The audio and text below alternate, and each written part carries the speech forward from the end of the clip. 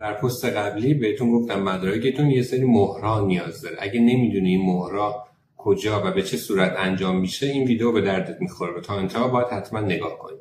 اگر مرکز استان زندگی میکنید، تمام این فرآیند تو همون مرکز استان خودتون انجام میشه. اگه در شهرستانید، حتما یه بار گذرتون به مرکز استان میخوره و باید برید.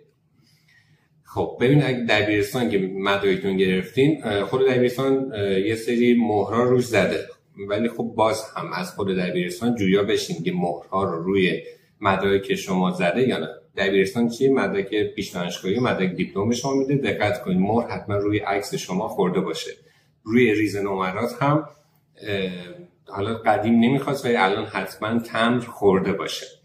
بعد اینکه دبیرستان گرفتین، مدارکتون رو به اداره آموزش پرورش استان میرین. اداره آموزش پرورش استان میرین و اونجا درخواست میکنین که مدارک شما رو مهر بزنن.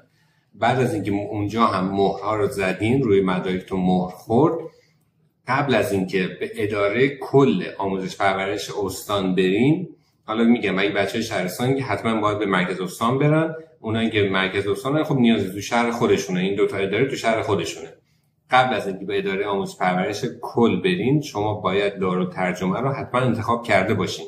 یعنی بدونید که کجا قرار بدین این مدارک رو برای شما ترجمه کنن. چرا؟ چون که اون دارالترجمه به شما یه کدی داره، اون کد رو نیاز دارین.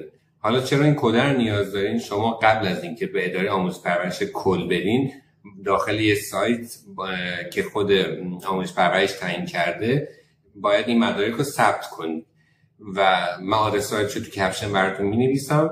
به ازای هر برگ حدوداً 10 الی 15 هزار تومان از شما دریافت میکنن و این مدارک رو ثبت میکنن و یه کدی به شما میدن. با اون کد که از اون سایت گرفتین، به اداره آموزش پرورش کل میدین، فیشو یا اون کد رو به مسئول مربوطش میدین که من اینو پرداخت کردم، ثبت کردم و اونجا هم برای شما یه سری مهر میزنن که مهر اداره آموزش پرورش کله که حدوداً 4 تا مهر رو کل مدارک شما میخوره.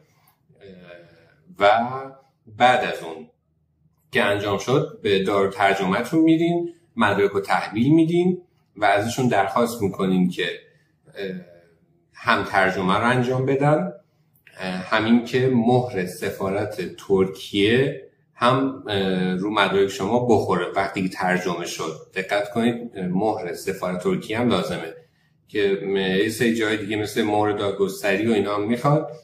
برای مهر سفارت ترکیه به ازای هر برگ از شما $20 میگیره، این بوده $80. حالا اگه گرون نشده باشه 80 تا $100 هزینه مهر سفارتتونه که حالا خود دارالترجمه معمولا به شما میگه و پروسش هم بودن 1 ماه طول میکشه و این مهرایی که لازم و ضروری حتما باید روی مدارک شما بخوره قبل از اومدن به استانبول. حالا این ویدیو رو بعد از اینکه لایو و سیو و شیر کردین، حتما این ویدیو رو برای کسایی که نمیدونن کجا مهر بزنن ارسال کن.